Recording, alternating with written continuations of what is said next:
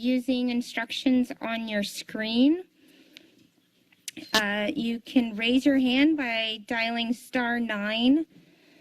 And if you're joining us here in the public, please line up to the right of the dais and you can sign in at the front, and I will call on you when we reach that point.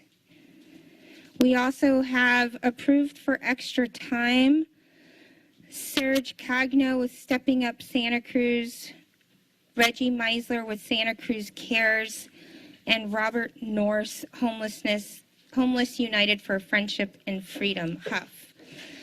They requested extra time today, so when they speak, they will be granted extra time. Okay, I'm not seeing any members in person here, so I will take it out to our virtual attendees.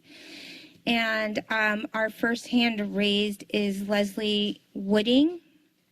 Go ahead and press *6 to unmute yourself.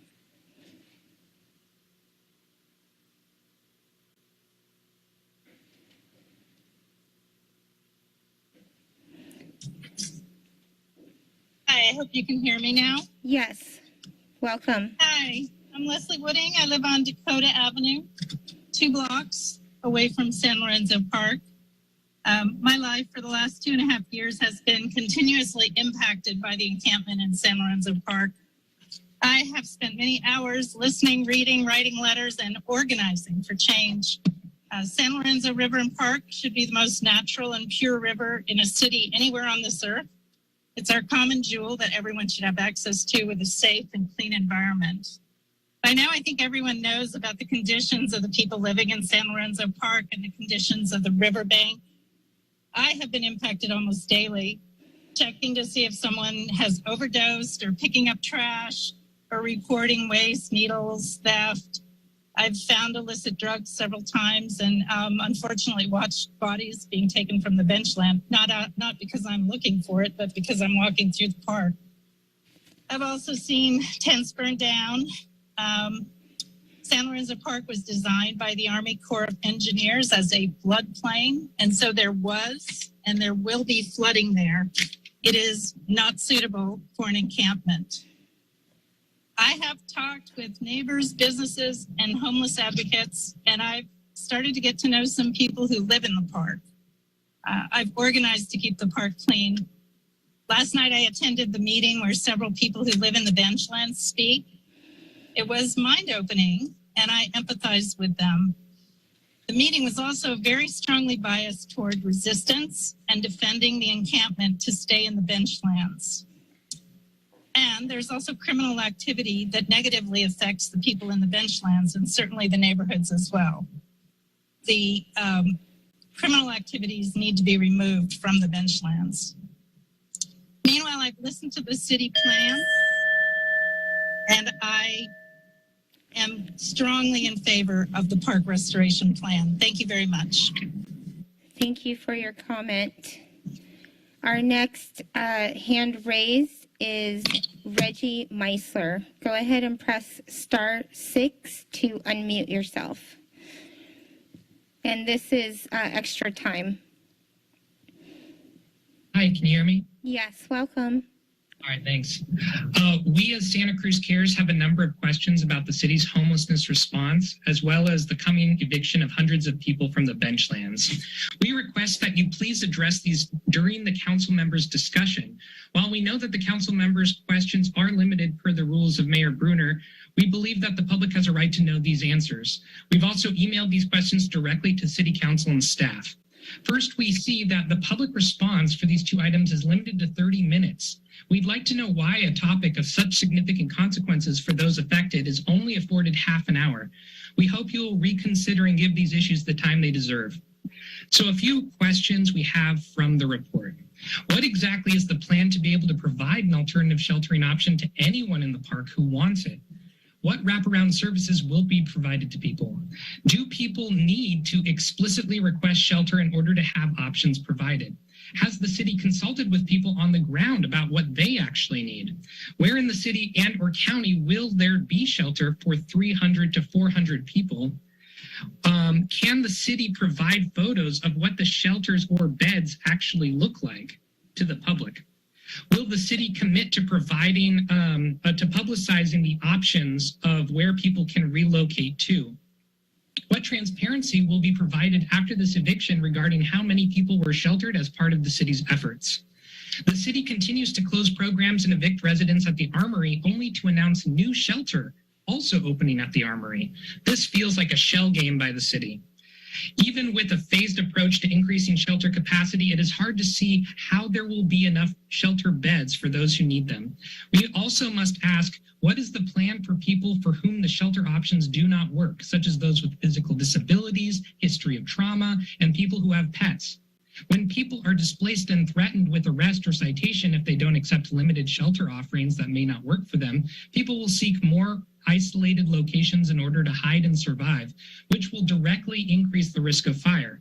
Some of our proposed suggestions and solutions are money toward mobile services, showers, bathrooms, black and gray water pickup, finding space for agreement camps, programming decisions that involve heavy input from people who live outside to ensure the program are what people actually need and will use, coordination with local organizations and volunteers in the community that want to help, a more impactful harm reduction strategy, putting more money towards building public housing and rehabbing old motels, which it sounds like you might be doing, expanding housing programs that directly provide shelter. We are very excited that the parking programs opening, we applaud the city for signing a contract with AFC and the Free Guide. More of this, please. Thank you for listening to our comment. We look forward to your response. Thank you for your comment. Our next hand raised is also extra time, Serge Cagno. Good afternoon again, Mayor and City Council. My name's Serge Cagno, stepping up Santa Cruz relating to advocacy and resource referral. I'm the co-chair of the Mental Health Advisory Board and was a contractor with the county for setting up the Vets Hall shelters and the ongoing training of staff. My thanks for Larry and his team's report and their work for our community's residents who live on the streets and in our shelters. I'd also like to thank his team in their efforts to support an overlooked resident with mobility issues for whom I advocate. Today, I have 4 requests which incorporate both advocacy and service delivery. The first regards data collection. In some ways, it relates to Councilmember Watkins' question about relevant data and Mayor Bruner's comments. Now that the city has its own services at 1220, the SCPD parking lot, and I believe Lot 4, and has a voice in shelter contracts at the Armory and the Overlook, as a member of the Mental Health Advisory Board, I would ask that to ensure diversity and inclusion in our services, the data be collected in each of our programs which we help fund regarding 2 types of exit demographic data or behavioral demographic data, which is not collected in HMIS for any of the programs in our county. The first is of program residents told to leave a city-run or city-funded program, where suggested data points could measure diversity for protected classes, including race, disabilities, including mental health and substance use disorder diagnosis, or from behaviors resulting from such. Second data point relates to incident data, which does not result in the resident being exited, to include demographics as well. And the third data topic would relate to grievances, including number of complaints in each of our programs, the demographics, and how they were resolved. None of these data points are collected in HMIS.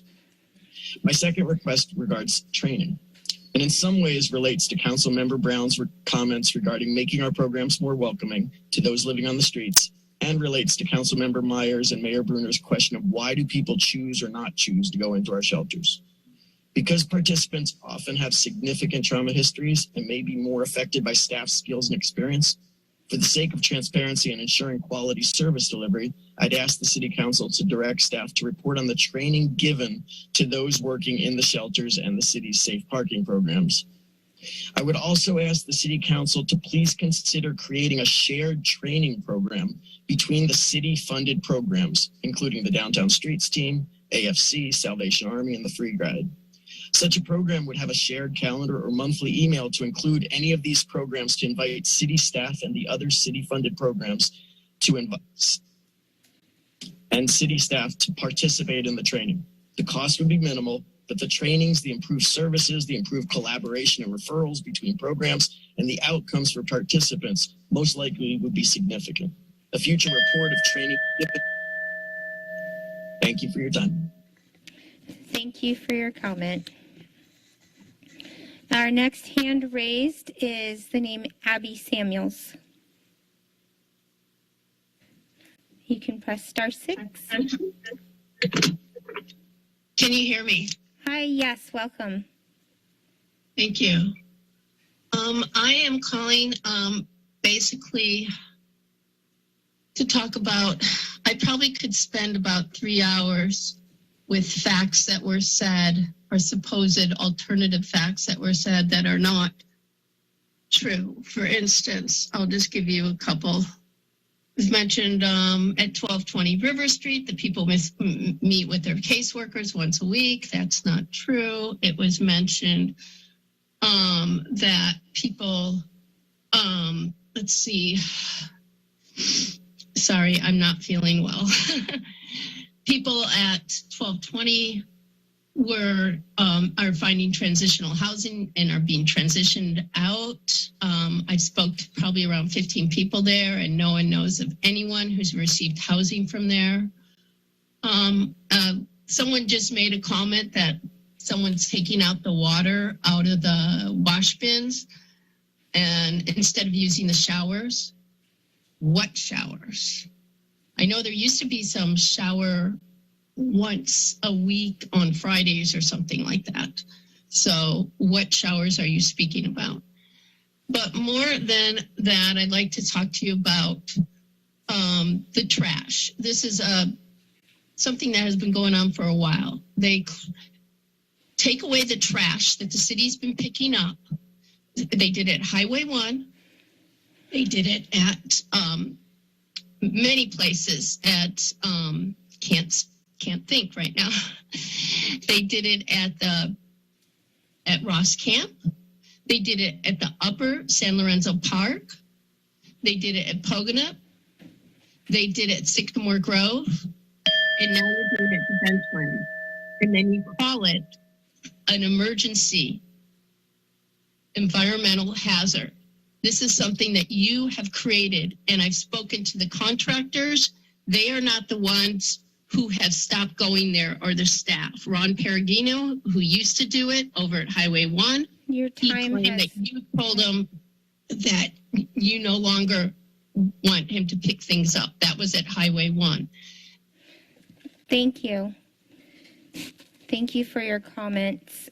Our next, it looks like it's a phone number. Our next member of the public, it's phone number ending in 3599.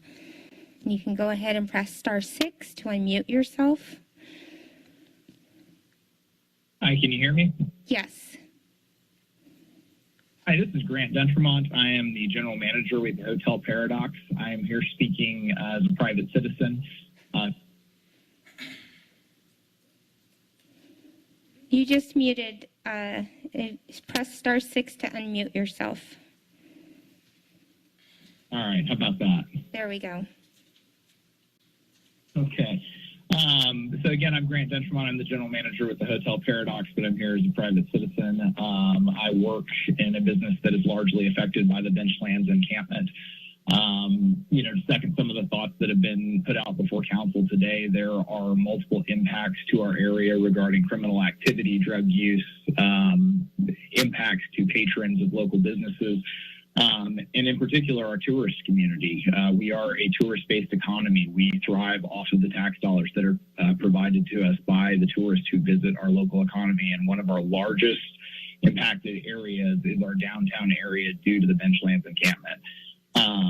All that being said, I want to applaud this council, and I want to applaud Larry and his team for what they have done. I think it's incredible to see the work that has been going on over there, and incredible to see the progress that has been made.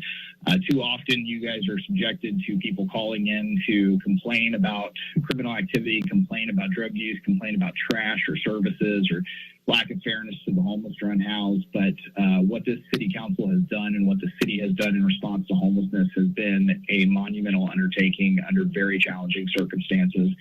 As the business leader, we want you to know that we support you. As a local employer, we want you to know that we support you. As a private citizen, we want you to know that we support you, and we appreciate all that you're doing. And we know it's not easy. We recognize that. It's a very complicated issue, and it requires a lot of thought and a lot of data. But you guys have gone above. Thank you for your comment. Our next hand raised is Mark Wentzler. Go ahead and press *6 to unmute yourself. Can you hear me? Yes, welcome. Thank you so much. I'm glad I was able to make it. I had to take a break from my training. I live and I own a condo in the Villanueva condos on 180 Dakota Avenue. And I have been impacted by the encampment in the Benchlands quite a bit over the last 2 years. I've lived there for over 9 years and actually lived there for a few years in the past. And in the last 2 years, you know, there's just been a lot of people walking right inside of like my backyard, and frequently we've had things stolen, and it's just been difficult. I have a 10-year-old son, and he's afraid to go to the park a lot of the time. I have 2 adult sons with autism, and frequently we bought the condos so that they would be able to walk because they aren't able to drive, and so it's just difficult. They frankly don't even want to go in the park. That being said, I am really supportive of the city's plan. I think they're being very thoughtful and strategic and trying to provide services for the people there as they close the encampment in the Benchlands.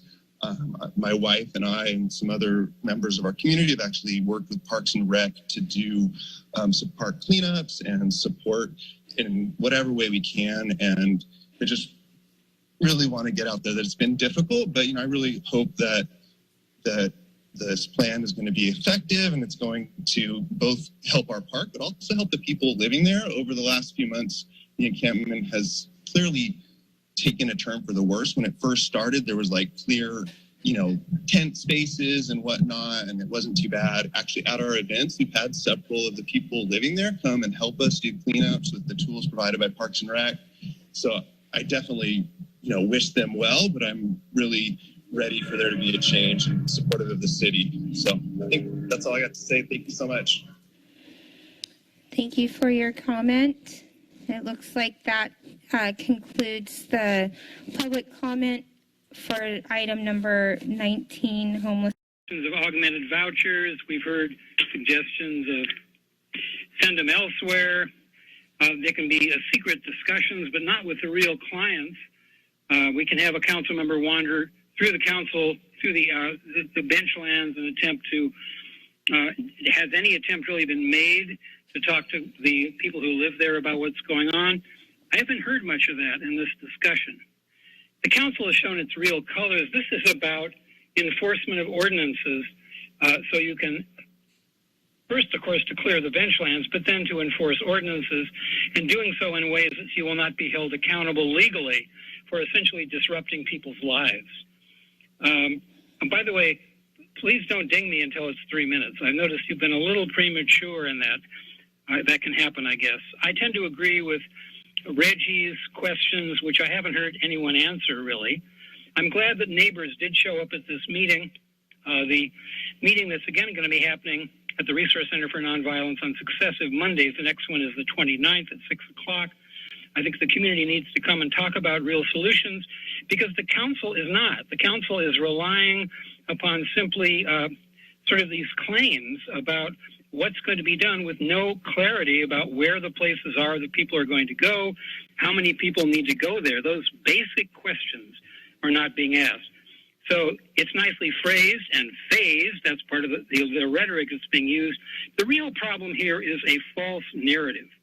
The false narrative that you have is somehow the belief that you're dealing with people who aren't people, that these are skunks, punks, and drunks. These are crazies and bums.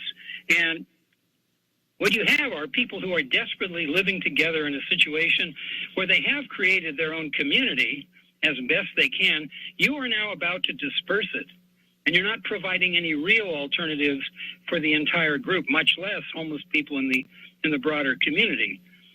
Until you have that power, and you have the power actually, until you have that determination and you're willing to devote that kind of funding, even for alternate camps, then you can't do this legally and fairly. But I would encourage people interested in finding real solutions to come on Monday night, 612 Ocean Street, Resource Center for Nonviolence.